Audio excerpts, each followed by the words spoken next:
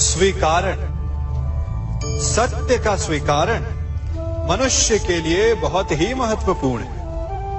जब तक मनुष्य सत्य को स्वीकार नहीं करता, उसे असत्य से लड़ने की शक्ति प्राप्त नहीं होती। जब आप भोजन करते हैं तो क्या होता है? आपका पेट स्वीकारता है कि वो भर चुका है और आप भोजन करना बंद कर देते हैं। जब आपको निद्रा आती है तो क्या होता है? आपका मन स्वीकारता है कि आपका शरीर थक चुका है और उसे विश्राम की आवश्यकता है। उसी प्रकार जब आपको किसी व्यसन को रोकना हो तो आपको स्वीकारना पड़ता है कि बहुत हो चुका, चाहे वो लालच हो या मदिरापान। उस व्यसन का त्यागना तभी प्रारंभ होता है जब आप ये स्वीकार कर लेते हैं कि आप उस व्यसन के बंधक हैं। हम सब शीघ्र ही सफलता चाहते हैं, ढेर सारी संपत्ति और सुख चाहते हैं, और ऐसे में कई बार हम छोटे मार्गों का चयन कर लेते हैं। वो मार्ग जिनमें परिश्रम नहीं होता, जिनमें होता है तो केवल छल, कुटिलता और भाग्य का सहारा। जैसे कि जुआ। कोई जुए के खेल में धन लगाता है, कोई दांव लगाता है और ये भूल जाता है कि जुआ ऐसा दलदल है कि जिसमें एक बार गिरे तो सर्वनाश से पहले निकलना असंभव है।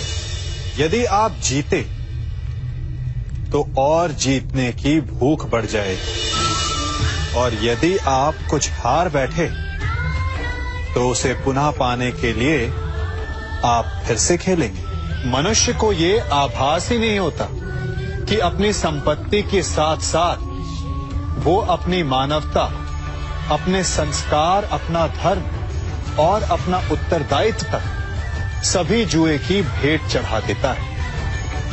इसलिए कुछ पाना है तो परिश्रम से पाओ। यदि कुछ जुए में जीता तो वो उतना शीघ्र ही खो दोगे, चूंकि उसे परिश्रम से पाया नहीं गया है, और उसकी रक्षा करने के लिए आपके मन में स्वाभाविक प्रयास भी नहीं होंगे।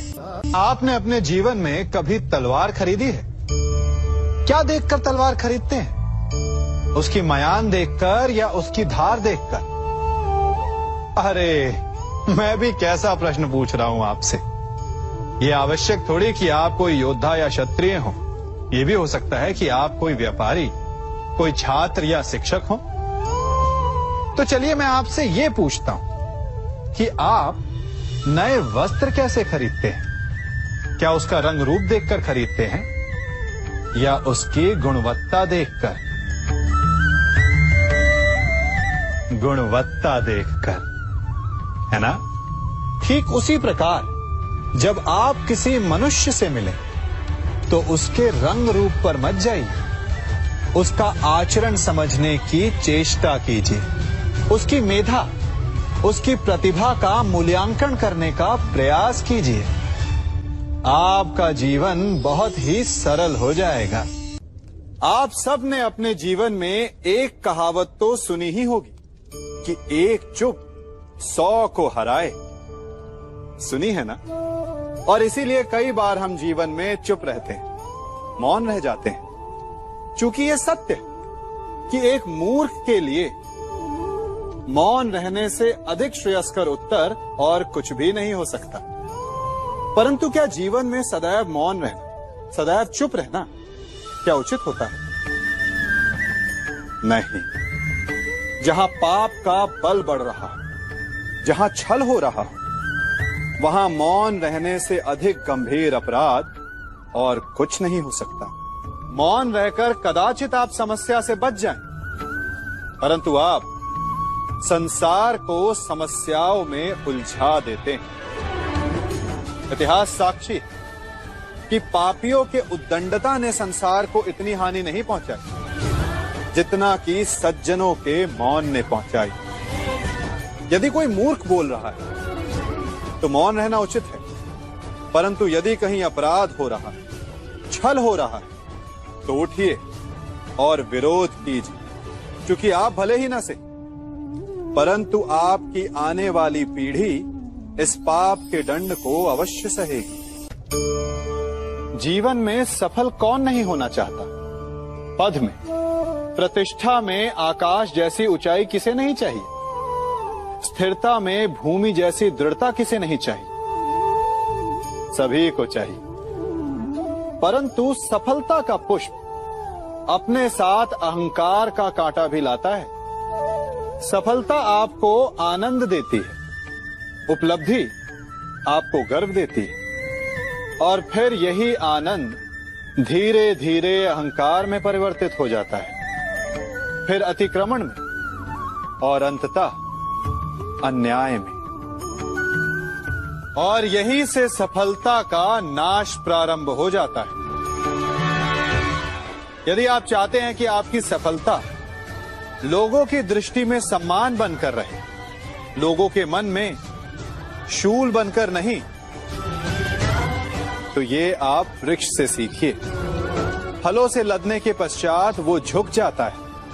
उसी प्रकार सफलता मिलने पर विनम्रता अधिक आवश्यक है, और जीवन में अधिक सफलता पाने के लिए या पाने पर और अधिक विनम्र हो जाना चाहिए। संसार का सबसे बड़ा पाप क्या है? असत्य बोलना, हत्या कर देना, चोरी करना या किसी का अपमान करना।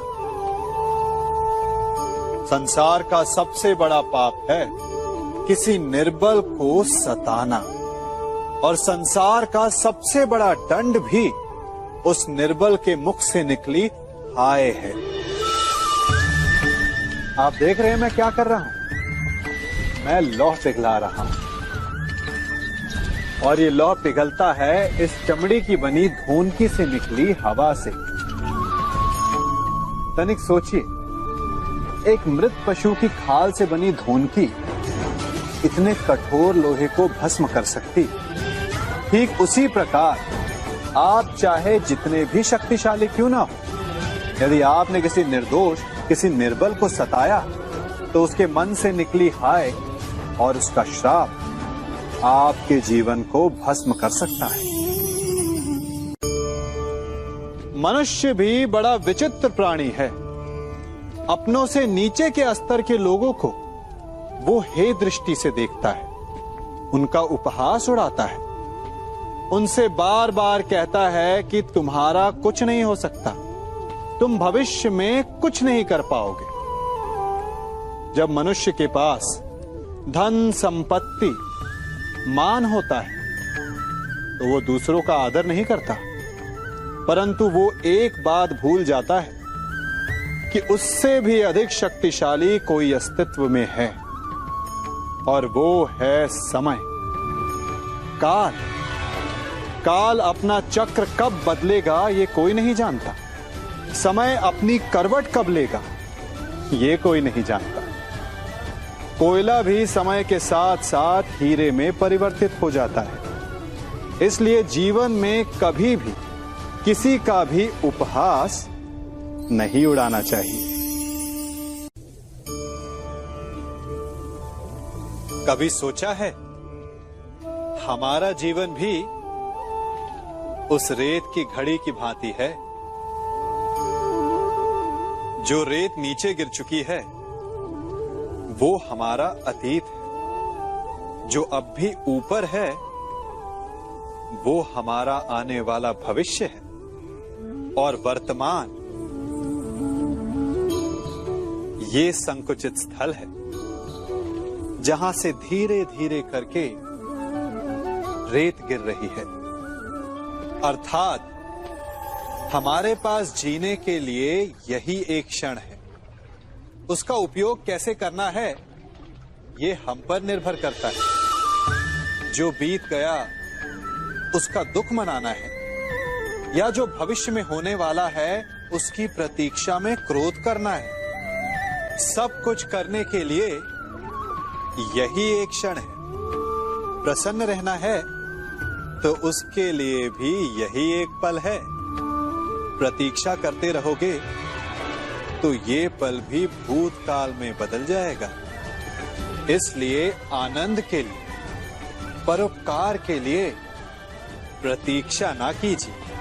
आपके पास जो पल है उनका भरपूर सदुपयोग कीजिए, क्योंकि इस घड़ी को पलटकर आप फिर से समय अवश्य गिन सकते हैं, परंतु अपना बीता हुआ समय आप वापस नहीं लौटा पाएंगे।